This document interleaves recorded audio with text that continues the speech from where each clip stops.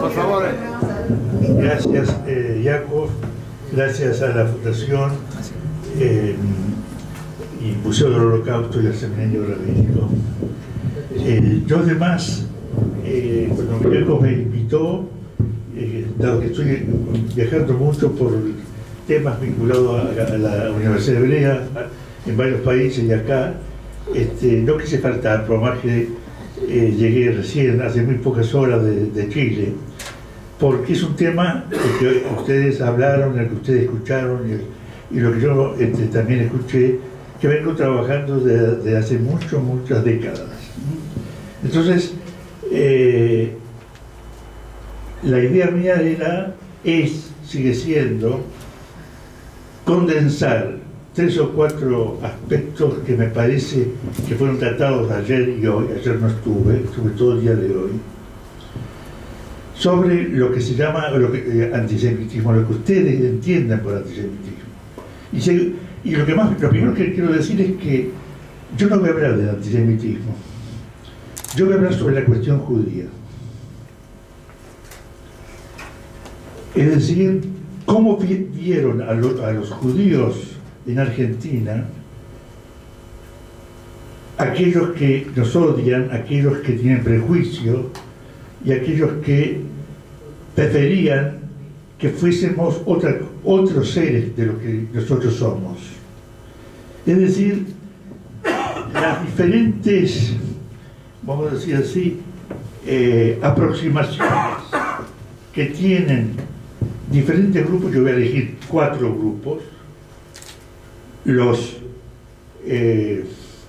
nacionalistas, los liberales, los marxistas o de izquierda, y grupos que en este momento están viéndonos con los lentes del Medio Oriente y no desde Argentina. Voy a empezar con lo que ustedes vieron con la Semana Trágica, que yo sé que ha sido el motivo fundamental de esta reunión, y que nos veían a los judíos, nos vieron a los judíos con la lente del maximalista revolucionario subversivo.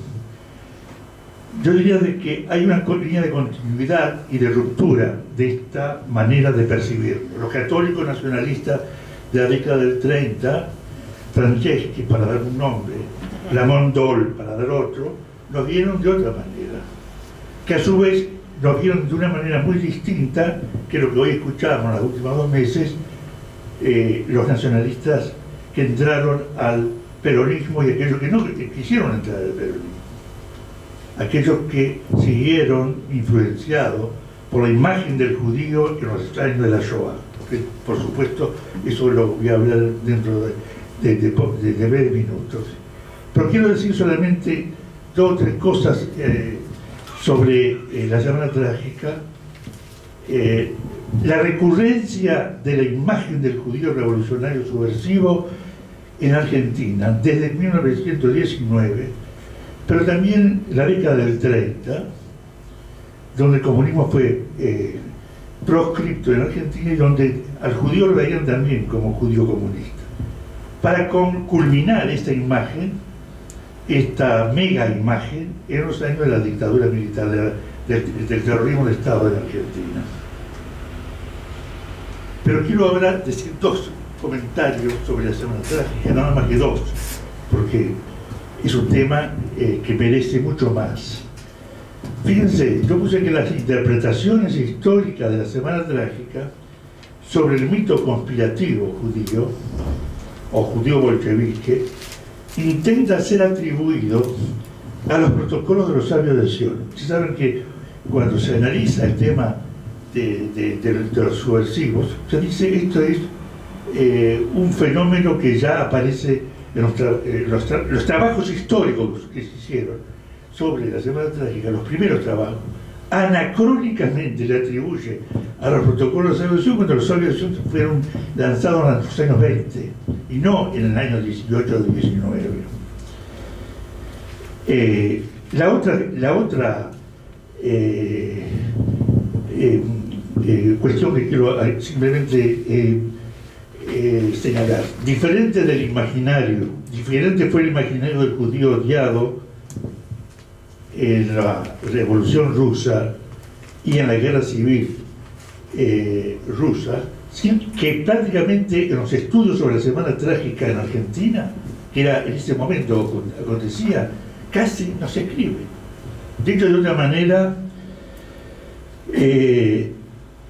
mientras el complot pretendidamente judío en los protocolos de los años de Sion es concebido como una confabulación burguesa, masónica y revolucionaria para el control mundial, la figura del enemigo bolchevique judío, esa figura fantasmática del otro amenazante, interno y externo, ocupó todo el imaginario antisemita durante los años de la guerra civil rusa, de la guerra civil de la Revolución Rusa, que estaba ocurriendo, a ver si me entienden, simultáneamente en los meses de la Semana Trágica. Los historiadores, los colegas y en general los comentadores de la Semana Trágica casi no hablan de eso. Y eso salía en todos los diarios de Argentina, en todos los diarios del mundo.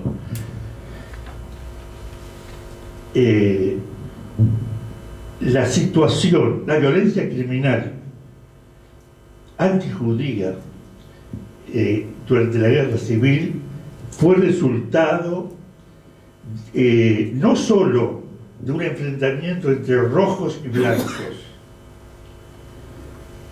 y entre clases sociales, sino entre grupos nacionales enfrentados, lo que facilitó en Ucrania, concretamente en Ucrania, los pogroms durante 1919, 1920 y 1920.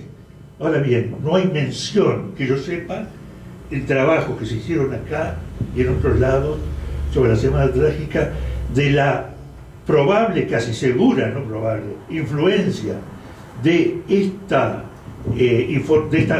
escenario bélico sangriento, terrible y antisemita que supuso el estallido y la violencia de la guerra civil que sufrieron los judíos.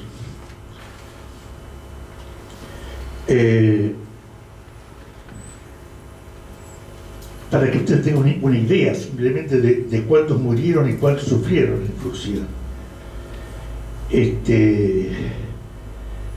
En el libro de uno de los historiadores más importantes y literatos, Alexander Solzhenitsyn, aporta las siguientes cifras extraídas de un estudio de otro estudioso, sobre los pogroms en Ucrania. Escuchen eso, de 887 pogroms contabilizados, aproximadamente se le achaca un 40% de las fuerzas ucranianas nacionalistas entre 1918 y 1919, y al ejército blanco y a los soldados de Petriura. Cabe aclarar que el gobierno bolchevique, al menos oficialmente, no tenía una política antisemita, al menos oficialmente. De hecho, los pogroms zaristas se dirigían contra los intelectuales y activistas políticos ligados al movimiento revolucionario. Frente a esto, el ejército blanco, ligado al zarismo derrotado, estaba embebido de las tradiciones antisemitas del antiguo régimen ruso. Y acá hay una serie de datos que no quiero ahora, porque les prometí que lo iba a pasar por arriba, nada más, a vuelo de pájaro, de la cantidad de víctimas. Amigas y amigos, toda esa información estaba en los diarios. Y los perpetradores del pogrom de la Semana Trágica en Argentina tenían los idénticos temores, por más que acá no hubo una guerra civil como hubo en Rusia, pero percibían la amenaza.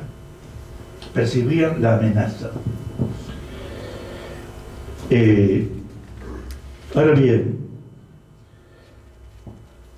el mito de esta conspiración judío-marxista subversiva de Rusia, de la Semana Trágica, será instalada política e ideológicamente en la esfera pública en Argentina recién por los ideólogos represores durante los aciagos años entre 1976 y 1983.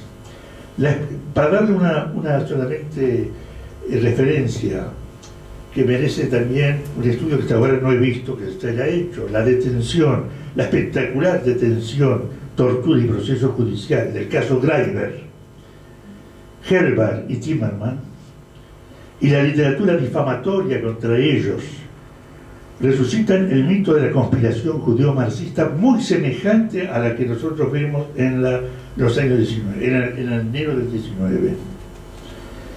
En los años 40, el nacionalismo populista, movilizador y antisemita del ex socialista Ramón Doll, en su opúsculo del servicio secreto inglés al judío Dickman, también intenta resucitar ese mito movilizador. Pero no se puede comparar este opúsculo de este ex crítico literario que escribía en Sur y que era un buen escritor y que se volvió un fanático antisemita y pro-nazi. No se puede comparar este opúsculo con lo que los Camps, el general Camps y los Villegas han de vituperar al judío periodista fundador de la opinión. Y este es un tema que no quiero más que mencionarlo de paso, porque a mí me pidieron que hablara sobre los años de la Shoah y hasta la década del 60. Pero recuerdo solamente un texto que prácticamente no ha merecido todavía en la historiografía y en los trabajos sociológicos sobre el antisemitismo en Argentina ningún tipo de trabajo, ningún tipo de mención. Me refiero a el libro del otro general, Osiris Villegas,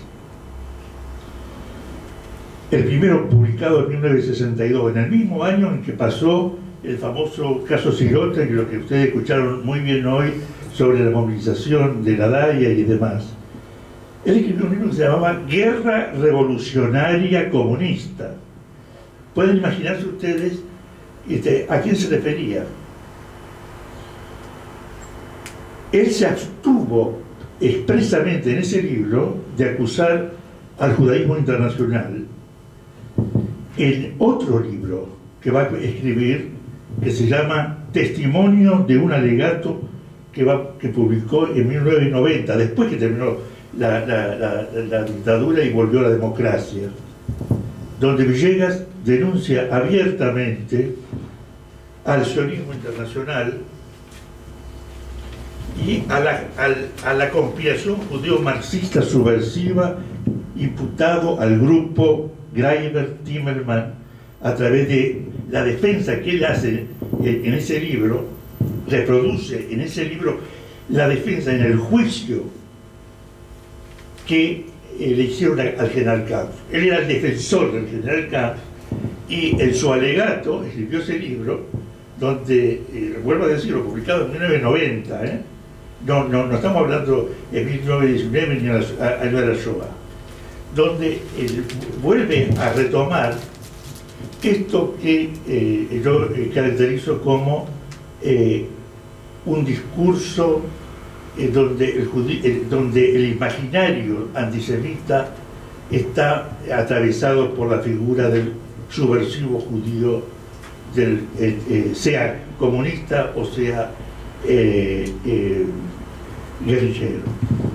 Pero volvamos al periodo anterior. Volvamos a los años 30.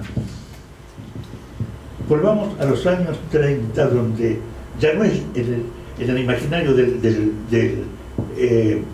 nacionalista argentino, el judío no es solamente un comunista y un subversivo como era Pineval en el imaginario de la Semana Trágica. ¿Cuál era en el imaginario de Hugo Guas, de Franceschi, para darle algunos nombres de los grandes de los grandes escritores católicos nacionalistas como Moisés, como el padre Mainville, como Franceschi, como Ramón Dol.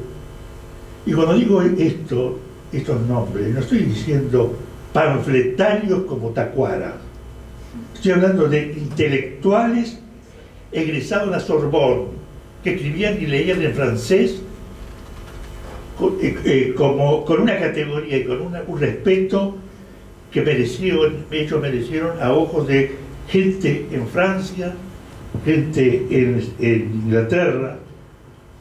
Es decir, otra de las características que nosotros tenemos que tomar en cuenta, que caracteriza al problema judío o la cuestión judía en Argentina, que está instalada intelectualmente en la esfera pública,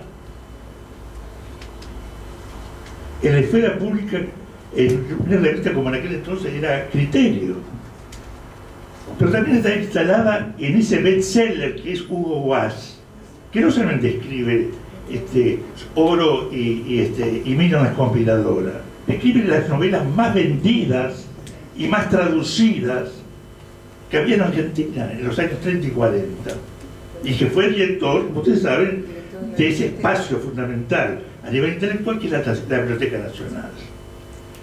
Ahora, yo insisto de que no tenemos que decir simplemente eran fachos, como se dice comúnmente, porque eran católicos nacionalistas fascistas. Hay un fascismo católico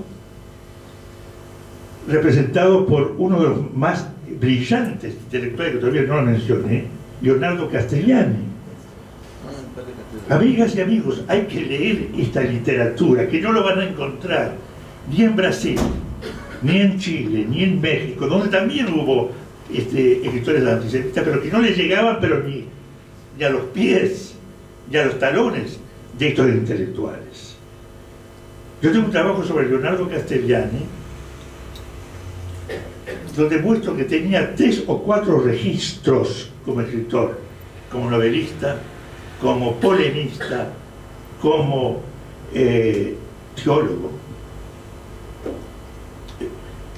que escribía distintamente en francés como en castellano, que se doctoró en Francia. El jesuita Leonardo Castellani fue uno de los principales elaboradores de la imagen del judío en los años previos a la Shoah, donde el judío aparece como ¿qué? Y eso es lo que quiero caracterizar, como el gran responsable, no de la revolución que se hizo en el 19, el responsable de los productos indeseables de la modernidad argentina. ¿Qué significa la modernidad? El laicismo. Acuérdense que hasta la revolución del 43, el laicismo que logró implantar la generación del 80 fue la expresión, una de las expresiones culturales más importantes de la modernidad cultural argentina.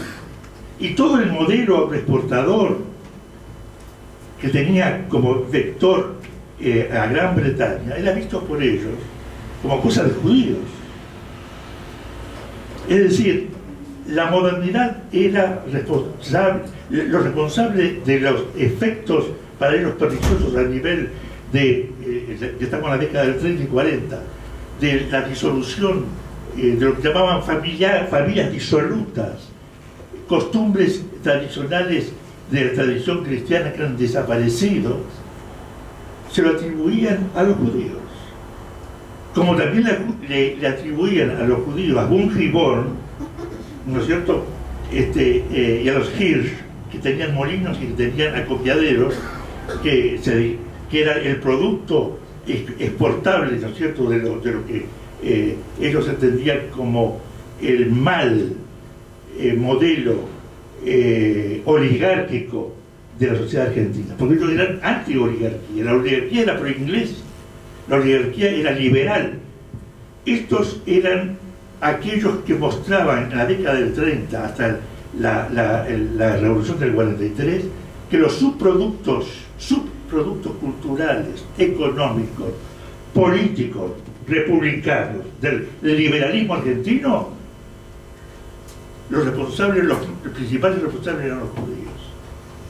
Ahora, fíjense qué interesante, en la década del 60, y hoy empezamos a hablar en 1960, con Frondizi, desde Frondizi en adelante, van a repetir, ya no ese grupo religioso católico, el mismo discurso contra los judíos. Van a decir, cuando se desata la guerra, la lucha laica libre, con Frondizi, los judíos comunistas, ahí sí agregan nuevamente, y liberales, están detrás de la reforma, de los reformistas. La cosa viene desde antes, pero aquellos que manejan la FUA y la FUBA son judíos. ¿Y quiénes son los responsables? ¿Y contra quiénes quieren tirarse? ¿Contra quiénes quieren luchar? Contra los valores religiosos del catolicismo. Pero fíjense que no es solamente una lucha en los años 30, en los años 60, decimos un salto a los 60, entre los católicos, movimientos nacionalistas católicos como Tacuara, que no por casualidad sale a la palestra, sale a la calle, se instala o se instalaba, o mejor dicho, ocupa la escena pública al fragor de la lucha, del conflicto de laica y libre. Hay otro conflicto que ellos no lo pueden tolerar. Por primera vez, a nivel masivo, la participación de los judíos en Argentina en los elencos, a nivel masivo, no individual, en los elencos universitarios, científicos, profesionales, y literarios y culturales del país, ocurre a partir de Frondizi. Si ustedes ven los nombres de Spivakov, fundador de la editorial más importante que hubo en América Latina, universitaria, hasta escritores, profesores y científicos que luego del peronismo, judíos, son reinstalados y vuelven a trabajar en las universidades, en los colegios y también en los ministerios. Bueno, para ellos esto era la prueba, para los nacionalistas, para los tacuaristas, para la Guardia Restauradora Nacionalista y para también lo que ustedes hoy vieron antes, los grupos de choque de la Alianza Libertadora Nacionalista, era la prueba contundente de que esta modernidad periférica, como llamaría Beatriz Arlo a esos años, está en manos de los judíos, está en manos de gente que no son católicas, gente que está cambiando el rostro de la Argentina. Y cuando Jacobo Timerman crea, antes de Panorama, la primera revista de él, ¿se acuerdan cuál fue la primera revista de Timerman? Confirmado. Van a encontrar, ellos a confirmar esto que estoy diciendo, mucho antes de la opinión, pero muchísimo tiempo antes de la opinión. Yo les mencionaba, hoy escuchaba con mucha atención e interés lo que se dijo sobre Tacuara, que es coherente con ese momento que estamos hablando. Y escuché con muchísimo, recordé también con mucho dolor el caso Sirota y sobre todo Raúl Alterman. En ellos estaba condensado la imagen del antisemita, el xenófobo, estaba condensado tanto el odio al comunismo, a la izquierda, como el odio al judío. Ese odio y esta condensación que se hizo en aquella época, en los años 60, quiero recordar que no surgió así, como continuidad de viejas ideas xenófobas y antisemitas de antes. Hoy escuchamos mucho, y no me lo tomen a mal lo que voy a decir, sobre la captura de Eichmann. Pero escuché casi nada de las crisis socioeconómicas y políticas del año 62, 63, que en Argentina se aplicó por primera vez los programas de reactivación, creo que se van a hacer, con la legislación, los programas de Alzogaray. La crisis socioeconómica argentina fue, para mí, y eso lo escribí varias veces, ha sido el caldo de cultivo para mí mucho más importante, escuchen eso, de la búsqueda y ubicación del chivo emisario judío que la captura de Eichmann. Lo digo así bluntly. Ustedes me van a decir, bueno, pero ¿cómo puede ser que el caso Eichmann no tomó cuerpo? Tomó cuerpo, no influyó, por supuesto que influyó. Pero la imagen de Eichmann, lo más importante de la imagen que provocó, la imagen del judío, la imagen fantasmagórica del judío en los grupos nacionalistas argentinos, por la violación de la soberanía nacional, fue esta última. Los judíos son violadores de la soberanía, tienen doble lealtad. Esto para mí fue más importante para ser analizado que los efectos de la búsqueda y caza del criminal de guerra, que por supuesto fue importante.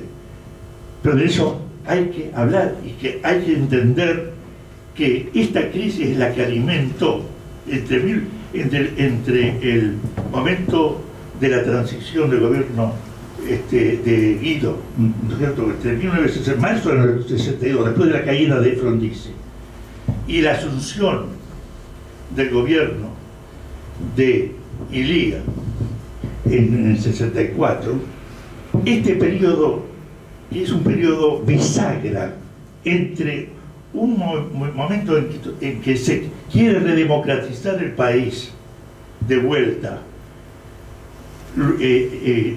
signado por las luchas entre rojos, colorados y azules al interior mismo del ejército, y con un peronismo totalmente proscripto, pero donde los sindicatos siguen siendo sindicatos con capacidad de movilización. Este es un momento socioeconómico, político y cultural que no puede ser dejado de lado y solamente recordar el caso Eichmann. La gente peligroso que ha llevado a dividir el movimiento tacuara entre una tacuara de Baxter pro-cubana y la tacuara de Escurra, Uriburu y los grupos que empiezan a peronizarse. Y acá hay algo muy importante que también quiero señalar, porque no se escribe de eso, no se ha hecho trabajo sobre eso. Amigas y amigos, el modelo político, el programa político de Tacuara, el programa que hoy se aludió a eso en el libro de Daniel, por ejemplo, está reproducido, pero también está en otros, yo mismo lo he trabajado. Hay dos aspectos fundamentales que son el modelo político del nacional sindicalismo tomado de España, del modelo español, y la cuestión judía.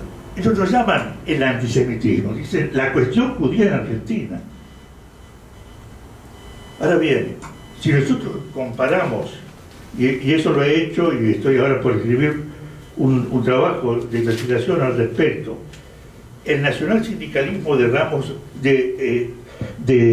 Ramón Ledesma, o de Ledesma Ramos, en realidad, y las juntas ofensivas nacional sindicalistas, o las JONS, que eran los que planteaban el modelo nacional sindicalista, y lo comparamos con lo que hicieron con la propuesta de Tacuara, vamos a ver que hay un anacronismo enorme. ¿Y saben por qué hay un anacronismo en la parte del modelo nacional sindicalista? Porque en aquel momento la falange española tenía verdaderos enemigos revolucionarios, como fue, por ejemplo, la revolución de octubre en Cataluña y Asturias. Acá no hubo revolución. Acá no hubo revolución semejante como para provocar un tipo de reacción como fue la española.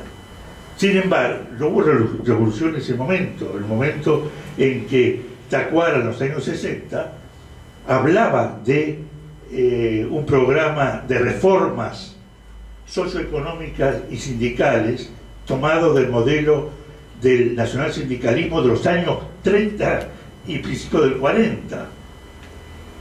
Estaba la amenaza de la Revolución Cubana. Estábamos en la plena época de la Guerra Fría, eso sí. Pero el anacronismo desde el punto de vista ideológico es pretender ofrecerle como programa nacionalista al peronismo, al cual quieren entrar sectores cada vez mayor de Tacuaras, según o conforme al modelo del nacionalsindicalismo de Alphonse. Hay otro anacronismo. Mientras Tacuara tenía, la Tacuara de los años 61, 62, 63, ponía en el centro, como uno de los temas fundamentales, junto con el modelo del nacionalsindicalismo, a la cuestión judía en Argentina, los falangistas no tenían ese punto. Los verdaderos antisemitas en España, los verdaderos, vamos a decir, sectores reaccionarios para quienes los judíos eran un problema, eran los carlistas, los realistas, frente a los cuales los falangistas, que no querían a los judíos, pero tampoco se ocupaban suficientemente como para meterlos en el programa político y económico, tal como sí lo hicieron acá en Argentina, Tacuara. Y esto yo lo señalo como un anacronismo. Un anacronismo que debe ser explicado, entre otras cosas, por un destiempo en la circulación e influencia de las ideas que vienen de hace mucho tiempo, de Europa a Argentina. Hay una tendencia, una supuesta tendencia a analizar las influencias ideológicas, sea de la derecha como de la izquierda, a través de lo que se llama la circulación de ideas que llegan de afuera y que son adoptados por adentro. Pero no siempre esta circulación de ideas son los verdaderos responsables de los hechos fundamentales o de las acciones fundamentales a nivel político, sobre todo del sector nacionalista como Tacuara. En cambio, los cambios en las trayectorias políticas de sus líderes, sí. Un cambio es el Joe Baxter, o se habló de eso. Al revés, un cambio en el sentido contrario. Ramón Dore, socialista, se hace fascista. Hay un cambio de trayectorias. Esto es más importante analizarlo cuando se quiere estudiar estos anacronismos, estos destiempos, que, por ejemplo, las influencias, la circulación de las ideas. Yo quiero referirme ahora muy especialmente, y para eso traje algún material. ¿Cuál fue la imagen del judío en la cabeza de los antisemitas en la época de la Shoah? Si hay una imagen en el año 19 del judío revolucionario, de un Piñeval, jefe del Supremo, del Soviet Supremo, que viajó, como si fuese posible, del Soviet Supremo en Buenos Aires, la imagen que existía del judío era del refugiado ilegal e indeseable, del refugiado que no tenía pasaporte, que no tenía visas y que entraba ilegalmente. Era del judío que, junto con organizaciones internacionales judías como el Joint y otras, compraban y hacían un negocio con las visas.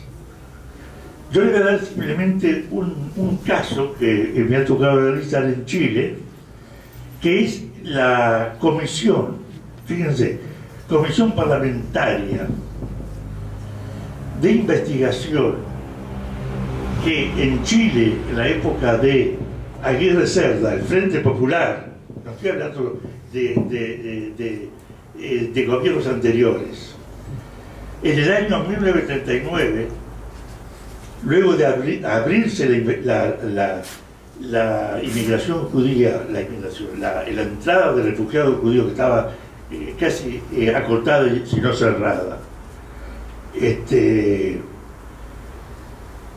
hubo realmente un flujo importante, casi 10.000, 12.000, cuando antes no había nada, no se podía entrar refugiados judíos a Chile, que provocó la renuncia del canciller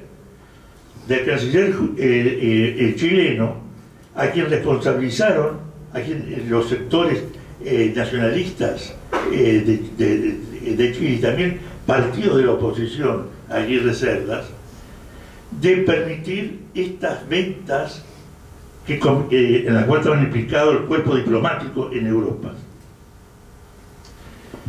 Al resultado de la cual hubo, luego de lo que se llamó en la prensa local, el escándalo de la inmigración judía. Escándalo porque decían de que los judíos se dedicaban a, los judíos refugiados y las organizaciones como el Hayas, ¿no es cierto?, o el Joint, ayudar a conseguir desesperadamente Visa for Freedom, como le llamó el gran historiador de la inmigración judía de aquellos años norteamericanos. Los acusaba de comerciar, de ser no solamente indeseables, no solamente de ser invasores ilegales, sino de corromper al cuerpo diplomático. Entonces, el presidente, amigo de los judíos, Aguirre Cerda, amigo, entre otros, también de la gran poetisa Gabriela Mistral, no tuvo más remedio que crear una comisión investigadora parlamentaria de lo que pasaba. Si usted lee los resultados, las palabras que usaban en el dictamen de esa comisión investigadora, estoy hablando no de los nacionalistas, no de los sectores fascistas en Chile, estoy hablando de sectores de centro-derecha con alguna gente de izquierda. Si ustedes escuchan lo que decían de los judíos y quiénes son los responsables y cuáles son los móviles de ellos,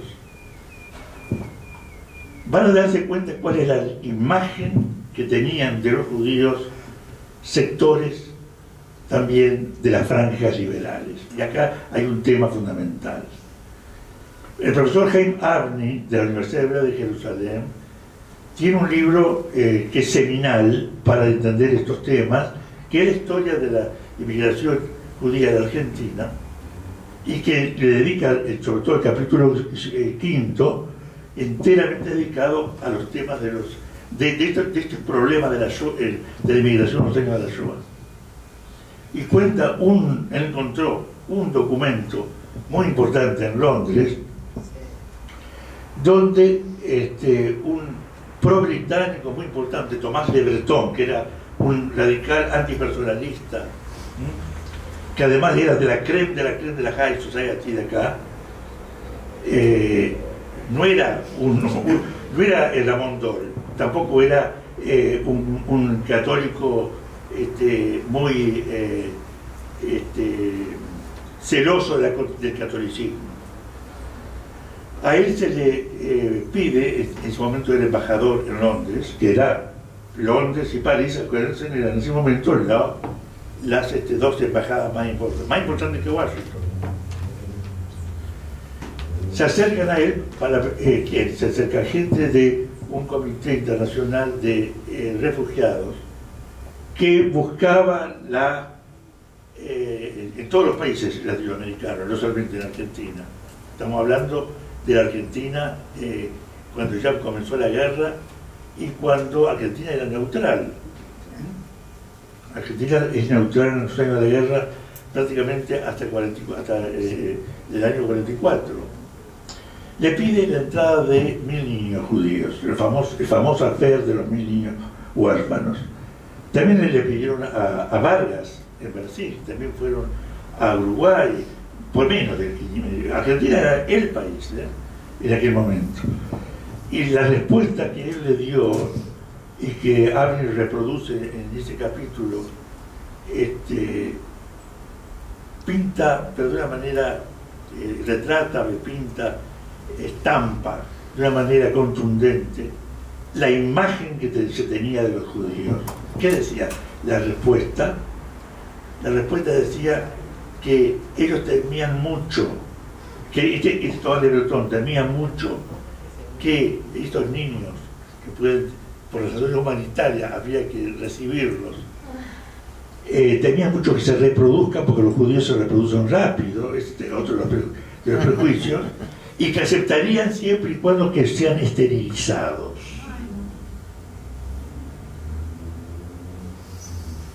Dejar entrar por razones humanitarias y cristianas a 1000 niños a condición de que fueran esterilizados.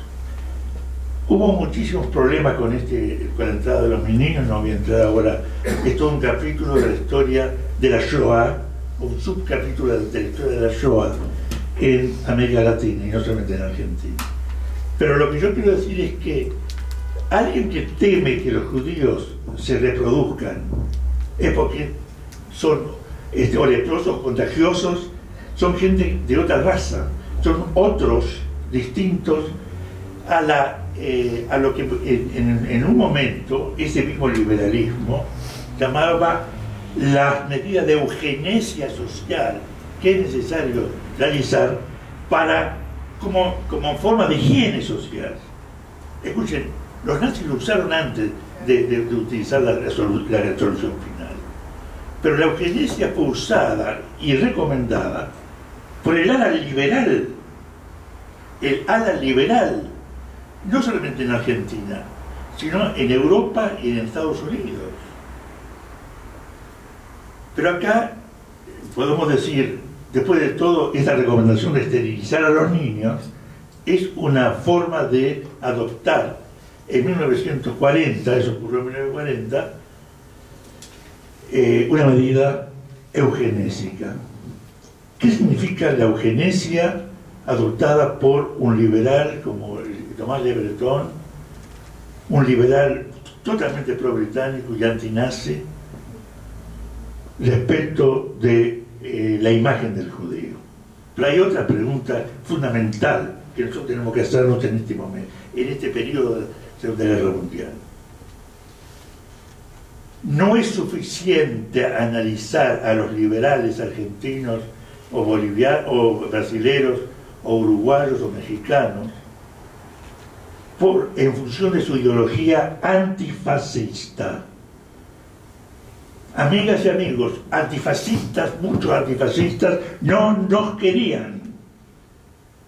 Querían, por ejemplo, a los exilados españoles. Hoy recordaba a los amigos y amigas de acá que hoy, exactamente 3 de septiembre, se cumplen 80 años de la llegada, del arribo de Winnipeg con 2.200 exilados españoles que Neruda, cónsul general de Chile en París, se encargó de fletar o concediéndoles a todos ellos, a través del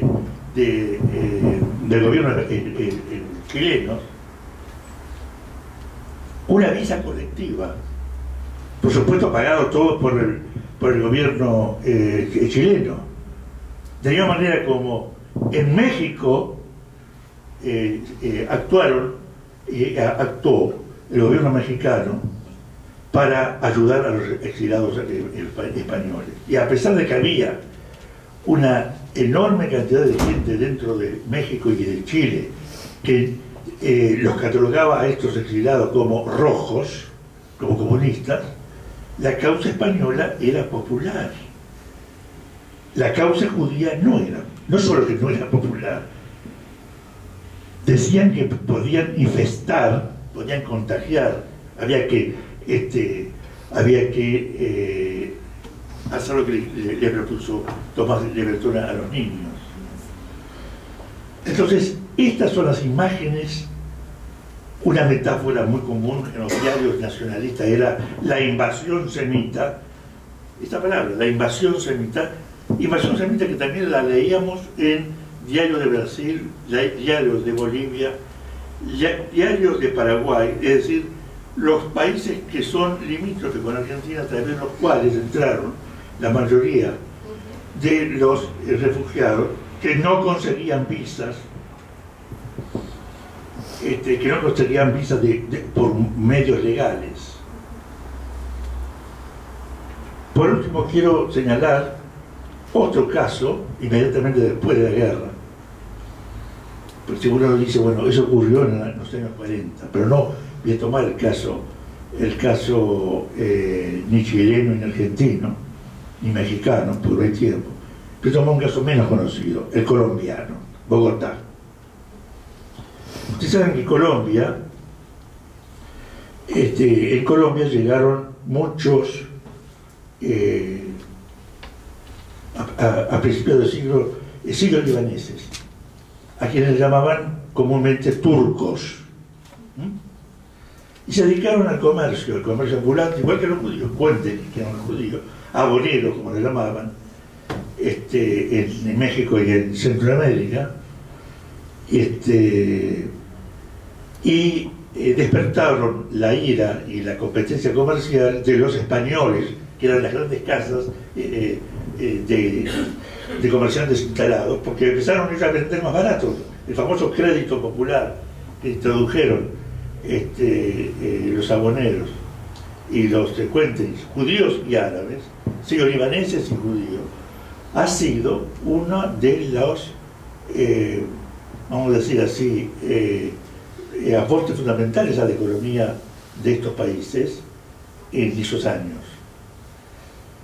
¿Por qué? Amplió el mercado interno, porque los sectores populares podían consumir a crédito, por todas estas razones, pero eso no gustó para nada y reaccionaron de una manera violenta los que tenían el poder, los que controlaban las cámaras de comercio, los que controlaban además las municipalidades, que eran estos comerciantes. Entonces, para hacerlo breve, empezaron a decretar boicot contra estos comercios, contra estos turcos.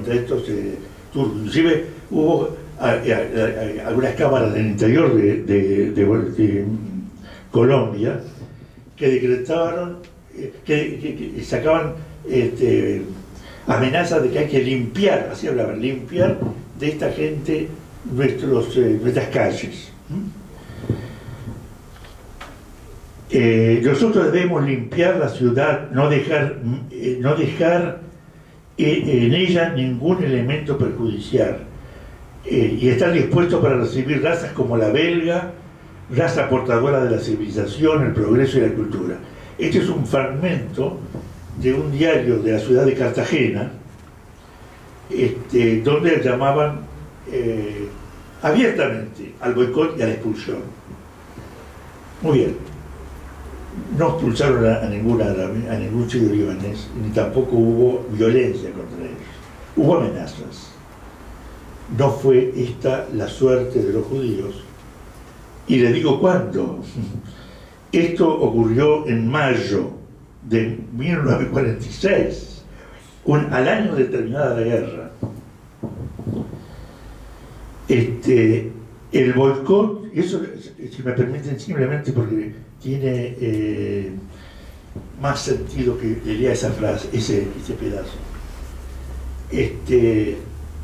Esto lo encontré en un diario de Colombia. El miércoles 8 de mayo, pasada las 6:30 de la tarde, Jacobo Fishbone, un judío polaco de 21 años, radicado en Bogotá, paseaba por la carrera séptima entre calles 17 y 18, cuando se encontró con Alfonso Pardo Ruiz, un joven colombiano católico de 20 años, con quien inició una riña que desencadenaría el descontrol en el centro de la ciudad. Unas versiones apuntan a que el origen de la pelea fue una mujer, prima de Pablo Ruiz, a quien Fishburne había cortejado sin el consentimiento de sus familiares, mientras que otras sostienen que se trató de una balanzada más del colombiano, quien la noche anterior ya había estado detenido por una situación similar. Y empieza toda una historia que termina finalmente en ataques contra todos los comercios de los Fishburne, y acá da todos los nombres y apellidos de los judíos de Bogotá. Eso está tomado en un diario muy importante, El Tiempo. El cronista que hace esta crónica es el diario El Tiempo de Bogotá. Entonces yo me ahorro ahora, me salteo dar todos estos nombres, pero termina así. Los atacantes también se abalanzaron sobre el centro israelita, es decir, después de atacar a los comercios de esta gente, los atacantes se abalanzaron sobre el centro israelita, ubicado en la calle 24, frente a la Biblioteca Nacional de Bogotá, estoy hablando, ¿verdad?, donde rompieron puertas y ventanas. Otros siguieron a la sinagoga de la calle 30, entre carreras 13 y 14. El conocimiento preciso de estos espacios religiosos, escuchen la crónica, el lenguaje que usa la crónica, ¿no? El conocimiento preciso de estos espacios religiosos de las comunidades judías, que físicamente no destacaban en la ciudad, pues se trataba de casas habituales, sin ningún tipo de signo distintivo, fue el argumento por el cual alguien como Oscar González Izquierdo, un redactor de otro periódico que se llama El Diario Popular, sugería que el ataque fue estudiado y premeditado en aras de recordar que un año atrás, el 8 de mayo de 1945, se rindieron las fuerzas alemanas, pero su propósito era mantenerse vigentes mediante el odio a los judíos. ¿Entienden? Es decir, fue premeditado esto. Al año que terminó la guerra, cometieron un mini pogrom, no como el del 19, pero un pogrom al final. Esto significa de que muchos judíos reaccionaron con mucho temor.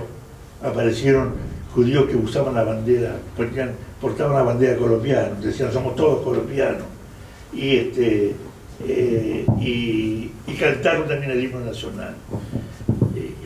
Yo termino diciéndole esto: nosotros, cuando analizamos o queremos estudiar en la Segunda Guerra, los efectos de la Segunda Guerra Mundial y los efectos de la Shoah en Argentina, necesitamos mucho recordar quiénes son los cronistas, sean nacionalistas o liberales, que hacen la crónica. Nosotros nos juntamos hoy casi todo el tiempo, y esto me parece una crítica constructiva que voy a hacer. Hemos dedicado al nacionalismo, al peronismo, pero no hemos dedicado casi nada a analizar qué imágenes los liberales argentinos de los años 30, 40 y 50 escribían sobre los refugiados y sobre los judíos. Yo recuerdo solamente a Tomás Le Breton.